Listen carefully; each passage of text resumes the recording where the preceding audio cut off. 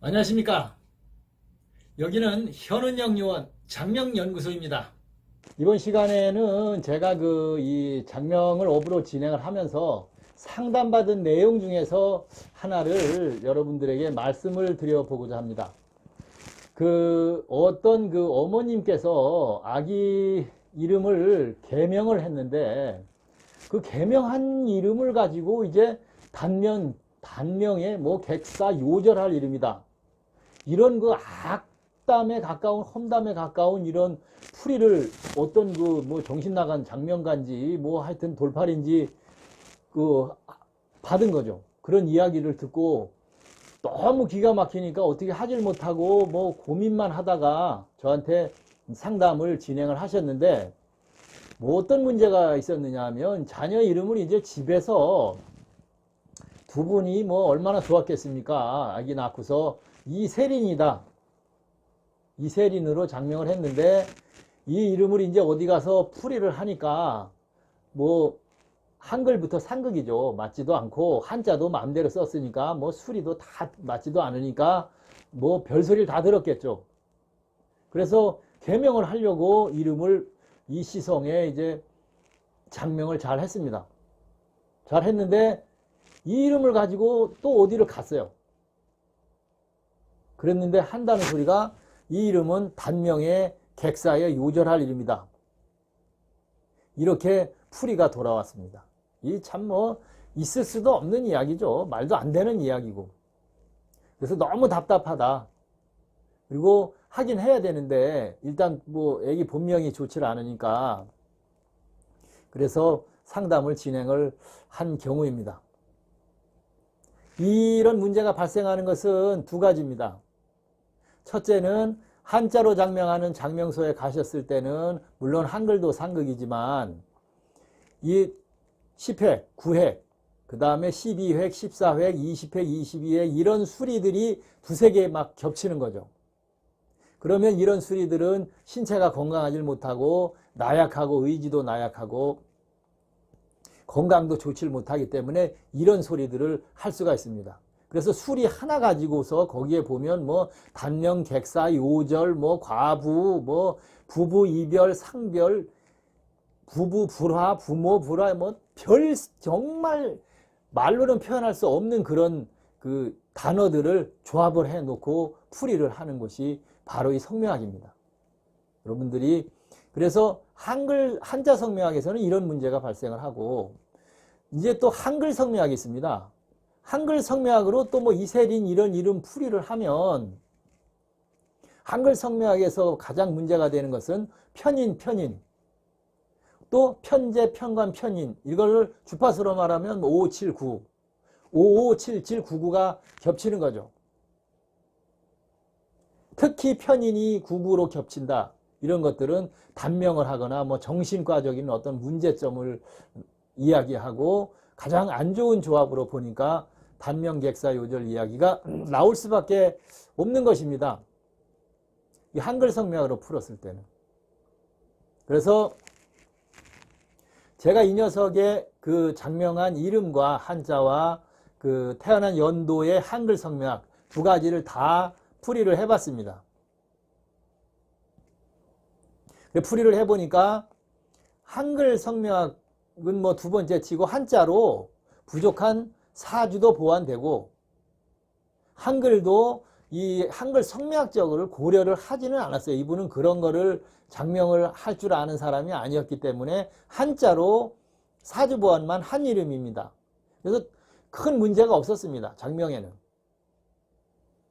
그래서 이 태어난 연도에 11년생, 10년생 이렇게 그 연도에는 이런 이 이시성을 가지고는 한자로 사주를 보완하는 이름 장명 자체를 할 수가 없습니다.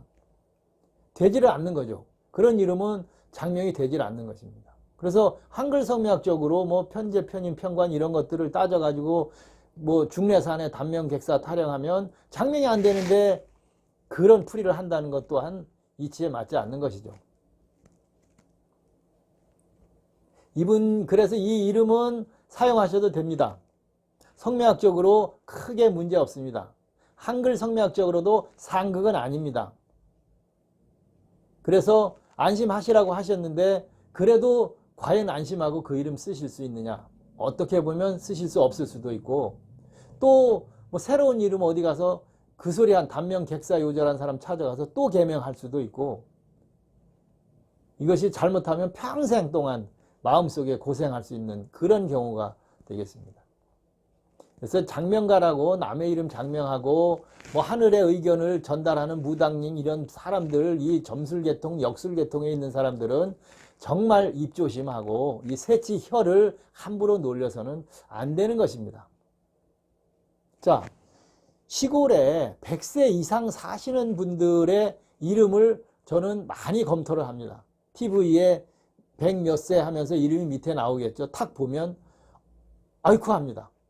야, 세상에 어떻게 저 이름 가지고 저렇게 100세까지 사셨을까? 물론 풍파와 고난이야 뭐 엄청났겠지만 생명에는 지장이 없었다 이 얘기입니다. 단명객사는 안 했다 이거죠. 옥분이, 삼매, 뭐 금매, 뭐 곱분이, 뭐 이분이, 뭐 하여튼 그분들 그 어머님들 이름 보면 우리가 웃음이 절로 나오는 그런 성명학적으로는 정말 뭐 상상도 없을 그런 상극의 이름이라도 다 100세 사셨습니다. 그러면 그 인정을 합시다. 그럼 그 이름이 단명객사요절할 이름이다. 그러면 그분이 다른 이름을 좋은 이름을 장명을 해주면 안 죽습니까? 사람이 평생을 죽지 않고 삽니까? 병 안 듭니까? 인간이 태어나서 생로병사를 그런 이름으로 자기가 장명해주면 안 겪습니까? 그럼 우리나라 200살, 300살, 뭐 나중에 1000살까지 노인 천국이 되겠네. 자, 장명이라 하면 뭐 한글로 사주도 보완하고 한자로 사주도 보완하고 한글로도 되도록이면 편제, 편관, 편인이 겹치지 않는 이런 좋은 이름을 장명을 한번 해보자.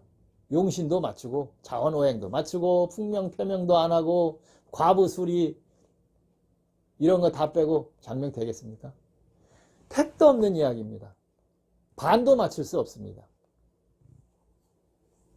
자, 여러분들 이 이름 가지고 누가 어디 지식인이고 뭐 풀이를 하고 뭐 어디 찾아갔더니 단명객사, 요절, 횡액, 이별, 사별 한다.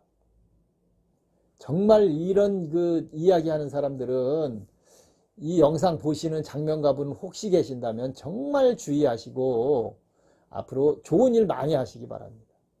자, 이름 가지고 단명객사 요절하는 일은 없다. 나쁜 이름 때문에 그런 문제점이 생기는 것은 없다. 이렇게 저는 정말 자신 있게 말씀을 드립니다. 이름은 사주에 부족한 것을 일부 보완하는 것이고 그 다음에 그 운세 전체에서는 약 뭐 20% 그 미만으로 작용을 한다. 이렇게 다 올바른 장명가들은 이야기를 합니다.